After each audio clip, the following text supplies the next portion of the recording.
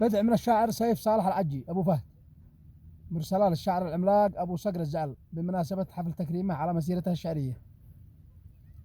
تلبية اللحن لطلب الأخ الغالي سنحان توفيق العرقبال. نستمع البدء ثم الجواب. أداء الشاعر أبو زياد عليه السلام.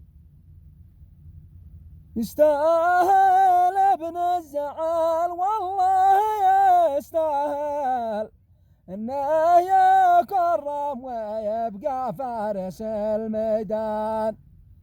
شعر محنق قبيل مقدم عقل، إنسان وافي وجميل بالأعز إنسان. ونعم باب صقر ذي هو سيد الزمل وسايد الشعر في حجاج والألحان. شعر من أطح والهاجس قوي كامل، عملاق بالداعي يحكم شوكة الميزان. استوذن الفضل اللي علم الجهل، وصاحب الكفو ذي قوله وفعله بان.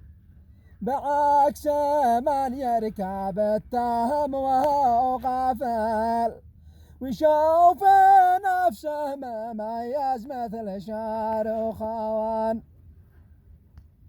بتكلم الصدق لا نافق ولا جمال، وقول ابو صقر يستاهل حداق العيان. جواب الشاعر ابو صقر.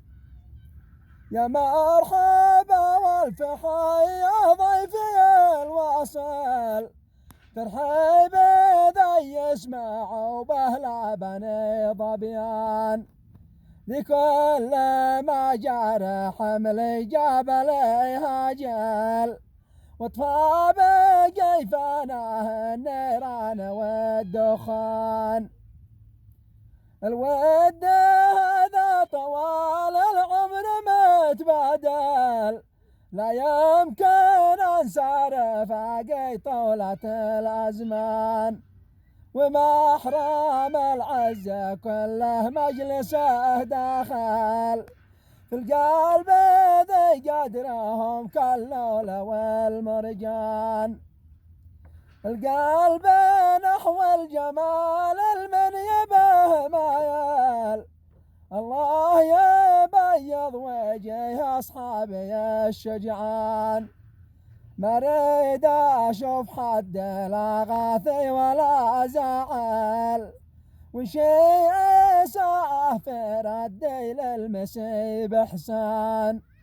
شوفني قد اصبحت خازي مستحي خجل، من ذا الحفا وهو هذا الجود والعرفان.